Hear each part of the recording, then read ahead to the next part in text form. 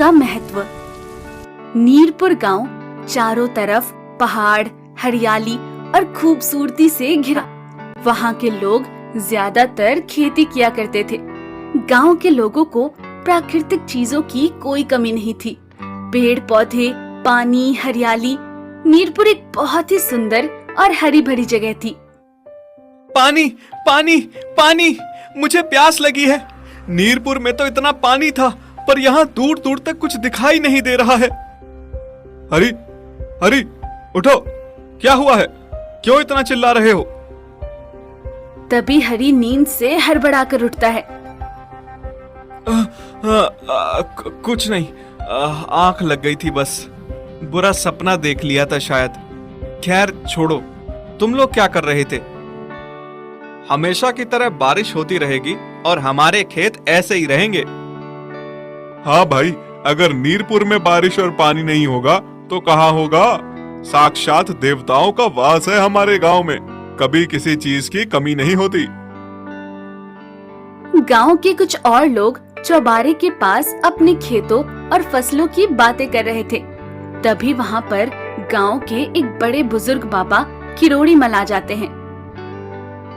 तुम्हें पता भी है, आने वाले समय में पानी सबसे बड़ा संकट बनेगा। हो सकता है कि तीसरा विश्व युद्ध भी पानी की वजह से ही होगा। अभी अभी देखे बुरे सपने की वजह से हरी का ध्यान किरोड़ी मल की बातों पर जाता है। बाबा, आप कैसी बातें कर रहे हो? हमारे पास इतने सारे तालाब, कुएं और झरने हैं, ऐसे कैसे पानी खत्म हो जाएगा? चारों तरफ तो पानी ही पानी है। वही तो समस्या है बेटा, तुम लोग समझ नहीं रहे। ये जो दिख रहा है ये बस आज है। थोड़ी दूर जाकर देखोगे तो तुम्हें कोई झरना, पानी, तालाब नहीं मिलेगा। पर ऐसा क्यों होगा बाबा? जब मैं छोटा था तो लगभग 100 किलोमीटर के दायरे में खूब तेज बारिश होती थी, और आज देखो बस 10 किलोमीटर ही रह गई है। समय बदल रहा है बेटा, थोड़े दिन जाने दो, हमारा भी पानी खत्म हो जाएगा। अब बाबा किरोड़ी मल की ऐसी बातें सुनकर रामू और श्याम दोनों सोचने लगते हैं और बोलते हैं। हाँ बाबा, लेकिन इतनी जल्दी पानी खत्म होने का तो मतलब ही नहीं बनता। ऐसे थोड़ी हो सकता है। हाँ बाबा, रामू बिल्कुल ठीक कह रहा है। अब तुम इसे ऐसा ही देख लो, 10 किलोमीटर के बाद वाले गांव में बारिश नहीं हो रही तो वो हमारे तालाब से पानी भर रहे हैं। तभी वहाँ पर गांव का एक और व्यक्ति रमेश आ जाता है और आकर बोलता है। हाँ बाबा, मुझे भी ऐसा ही लगता है। तुम लोग देख लेना, अगले साल बिल्कुल भी बारिश नहीं होगी। देखो, अब तो इसने भी कह दिया, अब तो बारिश नहीं होगी। सब लोगों को बाबा किरोड़ी मल की बातों का ज्यादा असर तो नहीं पड़ता, लेकिन रमेश के मुंह से ये बात निकलते ही सब परेशान हो जाते हैं, क्योंकि गांव में सभी का मानना था कि रमेश जो भी अपने मुंह से निकालता है वो सच हो जाता है, और बुरी चीज तो खास तौर पर। बाबा, आपका तो पता नहीं, लेकिन अब इस काली जुबान ने बोल दिया, अब नहीं होगी बारिश। गई हमारी फसल भी और खेत भी। बोल तो दिया है, लेकिन इसका कोई उपाय तो होगा। अब आगे क्या करना है ये बताओ। इस बात के बाद सभी गांव के व्यक्ति बहुत परेशान हो जाते हैं और जवाब के लिए बड़ों की तरफ देखने लगते हैं। देखो, इसका एक उपाय है मेरे पास। अभी अगले साल को आने में 2 महीने बाकी है। सब मिलकर एक काम करते हैं, जितना हो सकता है बारिश का पानी इकट्ठा कर लेते हैं। अगले साल सिंचाई और व्यापार के काम आएगा। हाँ बाबा, अब तो लगता है कि यही करना पड़ेगा, लेकिन ये सब होगा कैसे? एक आदमी चिंता भरी आवाज में बोलता है। हाँ, लेकिन पानी को भला कोई कैसे इकट्ठा कर सकता है? हो सकता है, और हमें पानी को इकट्ठा करने के लिए गांव में और भी तालाब बनाने होंगे। अब सारे लोग बाबा किरोड़ी मल के कहे मुताबिक काम में लग जाते हैं। सभी लोग मिलकर गांव में खुदाई कर और कई सारे तालाब बना देते हैं। सारा काम होने के बाद गांव के लोग फिर से इकट्ठा होते हैं हमने तालाब तो बना ही दिया है, काश अब अगले साल पानी की परेशानी ना हो। हाँ, तुम सही कह रहे हो। तालाब में इकट्ठा होने वाले पानी से मदद तो मिलेगी, लेकिन इतना करना अभी भी काफी नहीं है। हमें हमारे गांव के आसपास जितने भी 4-5 पहाड़ हैं, उन पे पेड़ लगाने होंगे। लेकिन बाबा, पेड़ क्यों? देखो, हमने पानी इकट्ठा करने का तरीका तो ढूंढ लिया, लेकिन एक साल में उतनी ही बारिश होती है कि साल की भरपाई हो जाए। अगर हम ज्यादा से ज्यादा पेड़ लगाएंगे तो इस इलाके में और भी बारिश होगी, जिसमें ज्यादा पानी इकट्ठा होगा। सही है, तो हम एक काम करते हैं, हम 2 महीनों में पहाड़ों को पेड़ों से भर देते हैं। अब बाबा के कहे अनुसार गांव के सभी लोग पेड़ लगाना शुरू कर देते हैं। देखते ही देखते चारों ओर पहाड़ियां पेड़ों से भर जाती हैं और हरी भरी हो जाती हैं।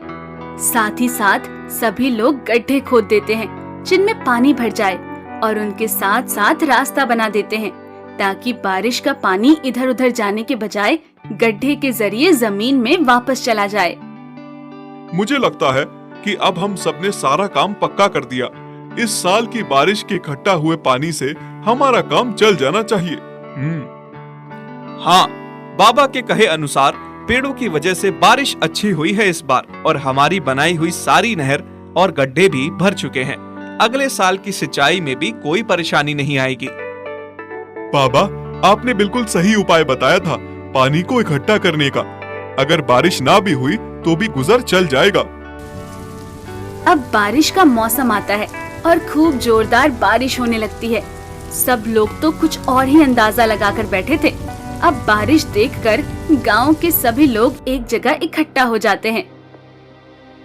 पर रमेश ने तो बोला था कि इस बार बारिश नहीं होगी। ये तो पिछले बार से भी तेज बारिश है। इसका मतलब इन्होंने मिलकर हमसे झूठ बोला। हाँ, और हमने जो बेवजह इतनी सारी मेहनत की, उसका क्या?